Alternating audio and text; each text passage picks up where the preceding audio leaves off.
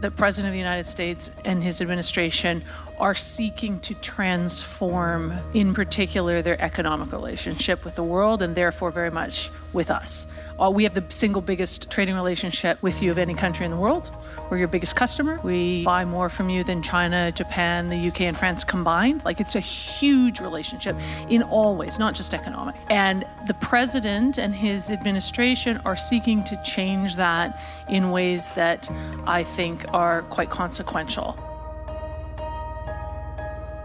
We will make sure that we continue to defend Canadians' interests in the context of this unjustifiable trade war that was launched by the US. And also we'll make sure that we will never negotiate against ourselves.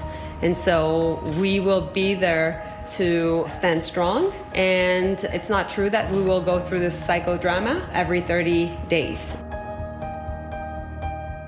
I had a very constructive call with President Trump, and we agreed to meet. Our focus will be on both immediate trade pressures and the broader future economic and security relationship between our two sovereign nations. In parallel, we will strengthen our relationships with reliable trading partners and allies. Canada has what the world needs, and we uphold the values the world respects.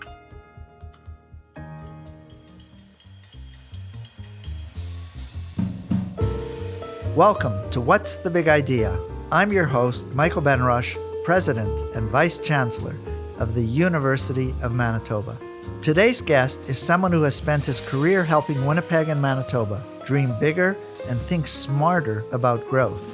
Dave Angus is the president of Johnston Group, a former longtime president and CEO of the Winnipeg Chamber of Commerce, and a tireless advocate for business-led innovation and collaboration. Dave is also about to become the University of Manitoba's 15th Chancellor. I couldn't be more excited to wrap up Season 3 with him as our guest. We discuss the forces that shape economic growth in Manitoba and across Canada, from trade policy to post-secondary partnerships. I asked Dave how Canada can build stronger economic ties beyond the United States, what kinds of initiatives actually boost productivity, and how we can better match our highly educated workforce with the jobs that need them. Stay tuned for a great conversation. Dave, considering your impressive background and experience, I'm really excited to talk to you today about the federal election and the economic landscape that we now face. So the Liberals were voted in with a near majority, but not quite. And what we know is that minority governments are not generally known for being able to move as quickly or make bold moves compared to majority governments. What are the challenges and opportunities Prime Minister Carney and his government will face, considering the current landscape we find ourselves in? I will say this, that I'm a little disappointed that it ended up in a minority government, because I know how challenging that can be. But what is going to happen is I think there's a window of opportunity. I think Mark Carney has probably 2 years of parliamentary peace and hopefully collaboration to make an impact. And so I think there's a sense of urgency for this Liberal government based on the minority situation that they're in to actually demonstrate action. And I think what's most important for them, because we're in a time of uncertainty in a big way, largely driven by the United States and the actions of the United States, is what certainty can Mark Carney and his team and collectively the federal government bring to Canadians and to Canadian business and to universities across this country in terms of the path forward this country is about to embark on and how we can help support that. Because businesses right now are sitting on decisions, they're sitting on their money, they're sitting on investment, they're not hiring people because they just don't know where things are headed, even if they haven't really been impacted yet by the tariffs. So how can this government in the next 2 years demonstrate specific actions that is really going to bring confidence to the overall Canadian public and particularly to the Canadian business community? So that's what I'd be looking for. And I think that's Mark Carney's opportunity. And I think some of the narrative coming from the new Prime Minister fits that bill. There is a sense of urgency of moving towards a whole new economic landscape for Canada, more international relationships, more investment in productivity, more investment hopefully in universities, and other sort of enabling resources that's going to allow us to achieve that vision. So I'm optimistic, even with the minority government, that we're going to be able to move forward pretty quickly. Let's try to unpack some of that. Let's start with Canada's relationship with the United States. Obviously, a key theme of the election.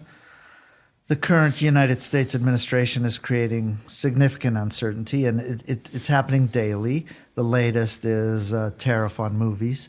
And this, as you said, is creating quite a bit of market volatility. And the ever-changing approach to tariffs are really putting a freeze on investment. So you built a wide network over the years on both sides of the border. You served as the Canadian representative to the board of directors of the American Chamber of Commerce Executives. So what are you hearing from the business community, and how are they navigating this? What I learned through my relationship with the Chamber Movement in the United States is that the business communities in Canada and the U.S. are very aligned. And I can almost guarantee you, particularly the U.S. Chamber of Commerce, that they are not happy with what's happening down in the U.S. because they see the potential economic impact. U.S. business sees us as a very strategic, important economic partner. And we have an integrated economy that they understand that helps make them better. They leverage our natural resources, they buy them, they add value, and they sell it to the world. There's a lack of sophistication in the federal government's approach to how they're dealing with tariffs and other types of decisions that they're making that is not embraced by U.S. business. So there will be a need for Canadian businesses to maintain those relationships. But we have to diversify our markets. We have to be less reliant on the United States. The United States has been the path of least resistance, and that's been our failure, that we haven't done the work necessary to properly diversify our markets so we have more control over different changes that happen, like what's happening right now with the United States. So again, business to business, strong relationships with U.S. business, I think that will continue.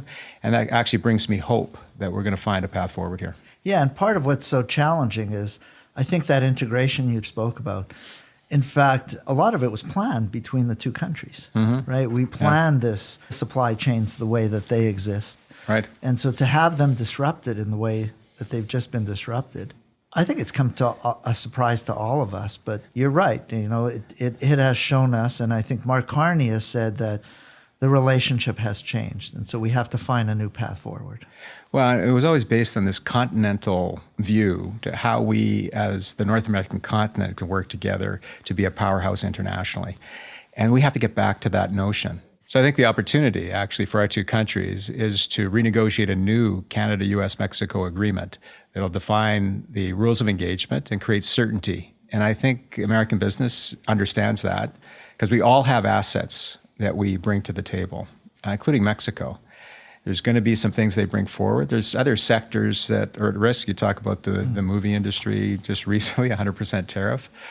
But also softwood lumber will come into play. Pharmaceuticals will come into play. The dairy industry has always been an issue for the United States. So there's lots of discussions yet to be had, but hopefully we can come to an agreement that was originally negotiated by Donald Trump. So it gives me hope that maybe we can pivot out of this with something that is a win-win and that we can rely upon, that brings that certainty back to Canadian business so we can start investing where we need to invest. As I look at all the work that you've done, I don't know how you had time to do your jobs, but part of what you did is you were co-chair of the World Trade Center here in Winnipeg, and you were a member of the Mayor's Trade Council and a member of Centreport Advisory Committee. So I know you spent a lot of time thinking about trade, and one of the ideas we've talked about a lot for decades in Canada is eliminating interprovincial trade barriers. Mark Carney said during the election that this was going to be a priority. And I think if you think about action he could take in less than 2 years, we would hope, would be to eliminate these barriers. Why has it been so difficult? To me, this is the test of this new government. It's difficult because it's the unintended consequence of this very decentralized federation we have. The authorities that are distributed between the federal government and the provinces makes it extremely difficult to get a national consistency on things. And so when we look at interprovincial trade, which is largely regulatory barriers between provinces, you have provinces that are looking at self-interest, specific sectors, industries within their provinces that are advocating for certain regulatory protections. and they develop those, which means we end up with a patchwork of different regulatory barriers. And so it's become difficult. And I think it's a test, and I'd love to see a case study on this. How do you effect significant change quickly? Because we've been nipping at the margins on this for a long time. And this is not the first time this has been an issue. This is not the first time I've heard a politician get up and say, we're going to eliminate interprovincial trade barriers, including the premiers. But they're nipping at the margins. And so they're looking at, here's a barrier, let's try to address it. What the Prime Minister is saying is on July 1st, we are going to be aligned on interprovincial trade barriers. It's 1/3 of our GDP coming from trade comes from interprovincial trade. And so it's not nothing. It's significant economically.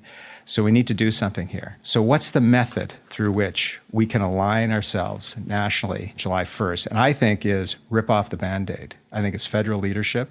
I think it lays out what the rules of engagement are nationally.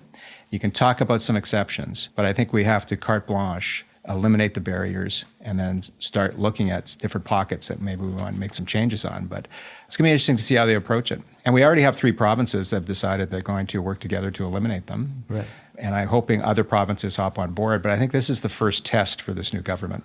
Yeah, I find it interesting that we have our own protection within Canada, and then we're outraged at what's happening to us in the United States. And it's the same mentality. You want to protect something.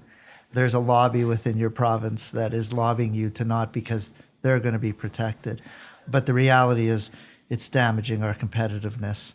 Well, when you talk to businesses, and they said this for years, it's easier to do business in the United States than it is to do it in Ontario. And it's a self-inflicted wound that we need to fix if we're really serious about being a global economic power. And there's studies that actually show that if you look at some of Canadian trade, there's more trade flowing across the border further distances than across provincial borders in Canada. Absolutely. I'm going to be really interested to see where this goes. Okay. So first test. So beyond interprovincial trade barriers, how important now is it going to be for Canada to expand economic partnerships with markets outside of the U.S.? Obviously, this is going to be important. Mark Carney's first trip was to England and to France. I'd love to hear your thoughts about that and which markets you think Canada is ready to take advantage of or to be a part of. First of all, he faced some criticism when he did those first trips, thinking, why are you going overseas when we have these domestic issues? But I champion that because I think what he brings to the table that can be leveraged is not only international relationships that he has, but also an understanding of the international economic dynamics and how strategy can play. I think Mark Carney can open doors for us. And I think that's the first step, is the federal government making a statement that we're pursuing new markets. You create government-to-government relationships, and then relationships happen under that. You go business to business, industry to industry. You go post-secondary to post-secondary. I know the University of Manitoba has a lot of international relationships that are ready to be leveraged in this regard. I think he and the government opens up the door for bilateral trade to happen between some very strategic markets that make sense for Canadian business. We as a university just traveled with the U-15 to Germany, and it was part of other government initiatives which were taking place that did exactly what you said, open those doors. You begin with those conversations, and then the partnerships take place. Part of doing business within Canada, we've heard a lot about red tape and factors that limit the ability of Canadian businesses to move quickly, and a lot of them sit with government. You served as a member of Winnipeg Investor Council and the Winnipeg Bold Initiative. Both of those were trying to get people excited about big idea projects. And you also sat on zoning committees and red tape commissions. In your career, you've had an opportunity to work on these things with government, yet they seem to keep coming back over and over again. So yes, there's interprovincial trade barriers, so we can think of those as part of the red tape of doing business in Canada that makes it difficult to do business. But there's other things that government can do to try to make this easier also. What are some of the things and lessons you've learned, and where can governments actually have an impact?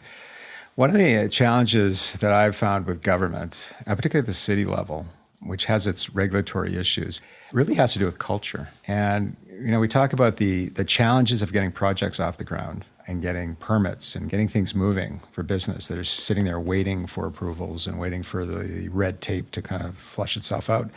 And the problem is that governments, when it comes to economic development and dealing with business, need to look at their role as facilitators with all the protections that are required there, not as regulators. Because if they're recognized and are being called upon to regulate, to catch, to stand in the way, to actually create barriers that didn't previously exist, then that's where a lot of the issue is. And so there needs to be a pivot of culture at cities and provinces and even nationally in terms of how they deal with business and how they can facilitate positive outcomes for Canadians, which is about growth, it is about employment, it is about investment, and all those elements. And so I just think there's a cultural piece that needs to change, particularly those government units that actually deal with business. Part of their role, they need to look at it as facilitators of positive outcomes, not just a catch-a kind of mentality that I think currently exists. So there's that piece for government. You know, we did this, when I was at the Chamber, we launched a BOLD initiative. And we did a Manitoba BOLD initiative and a Winnipeg BOLD initiative. And it came out of a conversation I had with a business leader. It was after a provincial budget. And we were both on the radio kind of commenting on it. And the question was, what's bold in this budget? And the answer was, nothing. It's a typical Manitoba budget. And we kind of took that going, we need to drive more bold ideas here in Manitoba. So we did it ahead of the provincial election. We reached out to community, not just business, but other community leaders and said, what's your bold idea for Manitoba? And I was blown away by how many ideas people were sitting on that they had thought through, that they had researched. They were looking for a channel. And so the public was way ahead of governments when it comes to their appetite for bold ideas. And it really underlined the issue. So my wish for government, the bold idea I would have for this federal government is dare to lead. Decide that we are going to lead. One of the most impactful speeches that I've heard, Michael, in my time goes back to 2004. Shortly after 9/11, the world was in turmoil, lots of conflict, lots of issues. Kofi Annan came to Canada, spoke to Parliament. And I was expecting kind of a usual speech, but it wasn't the usual speech. He challenged Canada. He challenged us to step up. And one of the comments in his speech was, the world needs Canada. And when I heard those words, I was never more proud to be a Canadian, because what he was really saying is, the world needs who you are. It needs your value set, and it needs you to lead, and it needs you to lead right now. And I think more than anything else in terms of political leadership is we need them to choose to lead, because what'll happen is institutions like universities, the business community, and other community organizations will mobilize because we are starved for it. And bold ideas will come forward and be able to be executed on because the federal government will make way for it and will embrace it. And I think there needs to be a tone set at the top. And so that's why I like some of the narrative coming out of the Prime Minister, because it is bold in terms of our place in the world, that we're going to lead, that we're going to build this country, we're going to be a powerhouse across a number of different sectors. And so I think that sentiment is going to trigger a number of other things that could happen for this country, because I think we're ready for it. So let's pick up on that Kofi Annan's statement. It was 2004, he spoke to Parliament. And here we are in 2025. There is real threats on democracy globally. And here we've had an election in Canada where voters came to two parties, basically. And the parties in their platforms actually came closer together during the election. Nobody complained that this was an unfair election, that votes were stolen. Everybody accepted it. And to the point where the leader of the opposition didn't win his seat. Right? A real rejection of kind of maybe that style. It was true democracy, I think, at hand. And I think Kofi Annan was right. I think the world needs more Canada now. And this is an amazing opportunity for Canada to be a leader. And I think leading politically will have countries and businesses want to do business with Canada. I agree, because I think we'll connect at the values level, which I think is significant. Because I think the world used to rely on the United States. That's right. Can't rely on the United States anymore. Too much division. It's difficult to have trust in any of this environment with the United States. And so there's a window, there's an opening here for someone to step up. And I think Canada is in a great position to do that. And I hope they do. It's a great opportunity now for our politicians to embrace the minority government and say, we've got work to do as Canada and we all have to come together for this. Well, that's also the test. The test is also the opposition parties.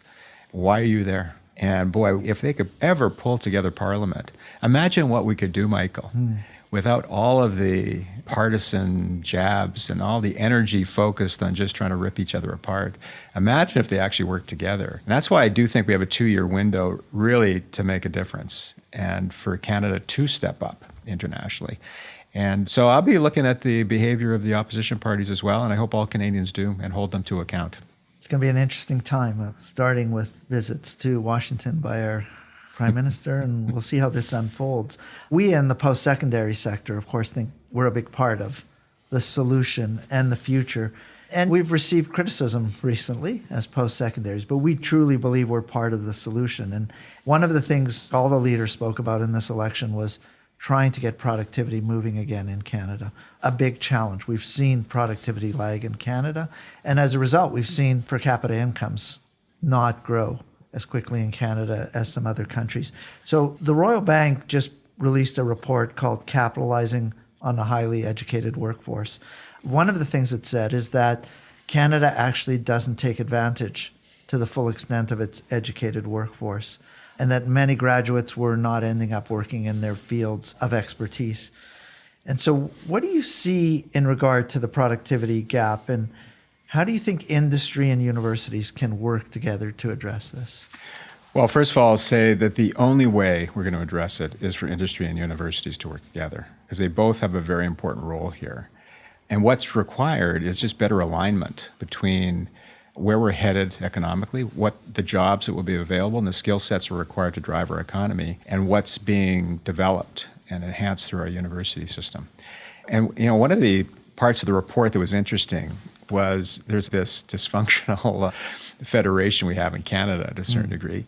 It also lands on universities in terms of our inability to actually have consistency across the country to collect good federal data, to match it up with labor market information, which we're not very good at either in terms of how we collect data. I think that's a real early piece that needs to be addressed, is how do we get good data so we can make decisions, so that universities can make decisions on how they have to develop and change programming in order to align with where Canada's headed. But from a productivity perspective, so the talent is one piece, but the other piece is we just need to get more aggressive. Companies need to invest more in productivity. And that's where I think investments in collaborative investments around research, collaborative investments around commercialization of that research creates huge opportunities for industry and post-secondary collaborations.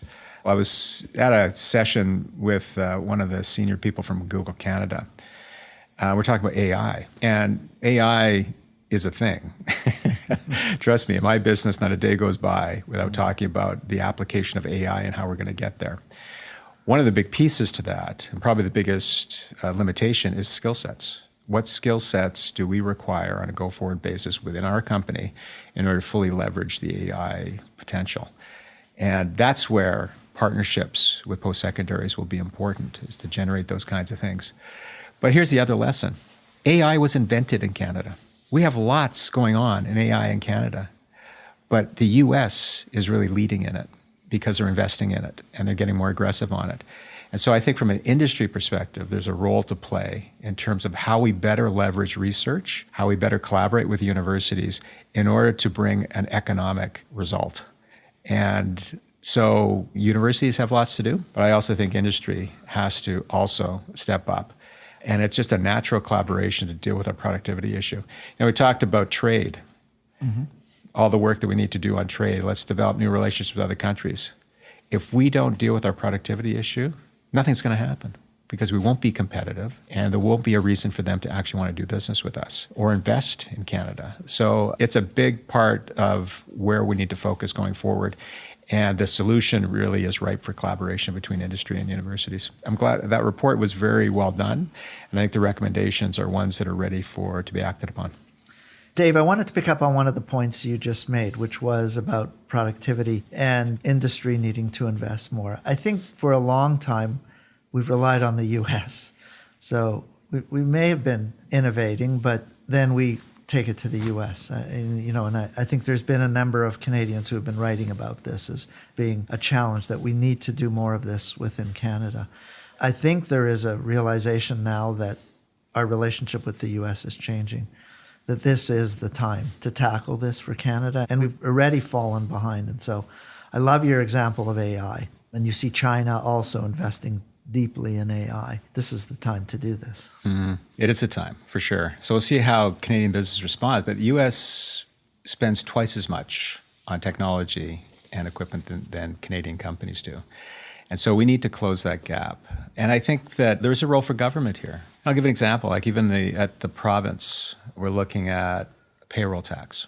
Payroll tax collects about $500 million. It's a lot of money. But can we use some of those resources to provide incentives for businesses to invest in productivity gains within their company, to offset some of the costs of this equipment? Because at the end of the day, if they can increase their productivity and can facilitate greater growth and hire more people, then that money is going to come back anyway. And so I think we can get creative in terms of how government can play a role in creating incentives and providing focus on the need for productivity gains. But I also think that culturally, as Canadians, we're very risk averse, and it runs through the business community. And that's a big difference between us and the United States.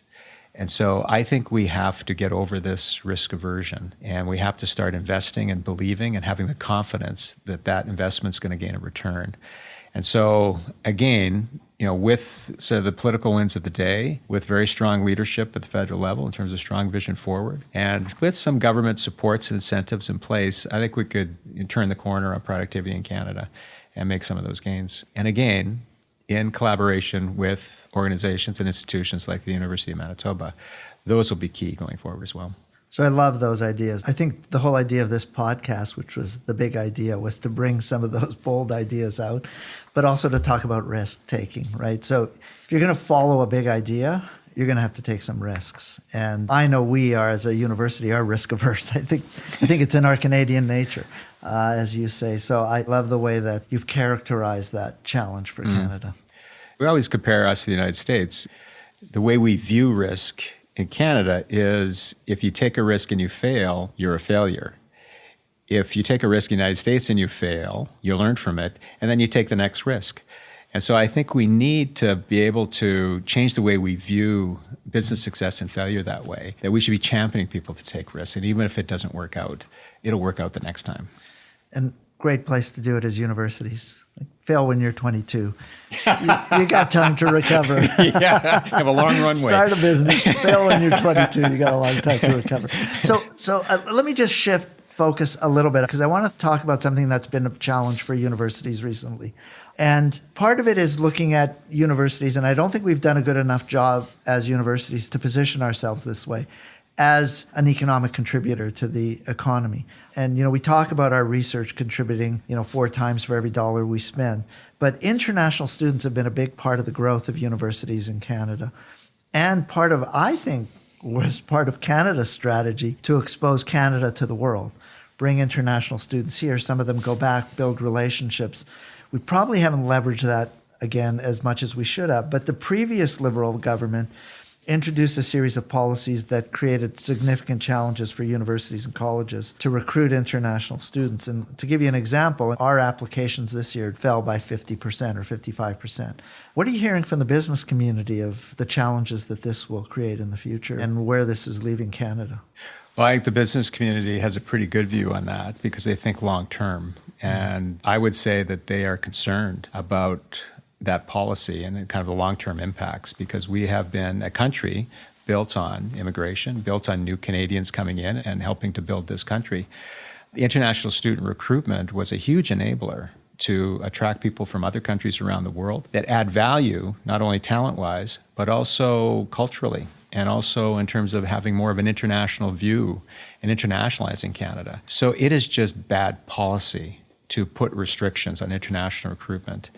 And I hope we get back to normal levels. I know reputationally we need to resurrect our reputation in this regard for sure. But it isn't just about resources for universities. It is about how we're fueling our economy. All the things we talked about in terms of productivity, the attraction of talent, the attraction of high-level talent.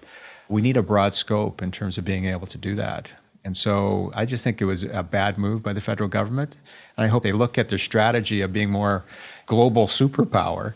One of the ways to do that is to reach out globally, invite the next generation to come and be educated in our universities and hopefully add value back to our economy as they graduate. Maybe it grew too much and there needs to be a lower number, but the way it's done now is it's hurt the Canadian brand. And so now we're not focusing on excellence. And I think it's designing a policy that focuses on excellence. And it's the same thing as attracting any kind of talent. You want to attract the best students to be able to come to Canada.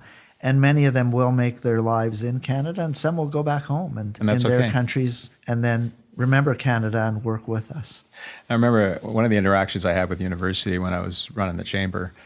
I was invited out to a small group of, I think it was graduate students, and they were international students. So I was invited as the chamber person to come and talk about Winnipeg, and hopefully they will stay after graduation. So I asked the question to the group, how many are you planning on staying in Winnipeg? And I noticed there were 2 students from Shanghai that didn't put up their hand.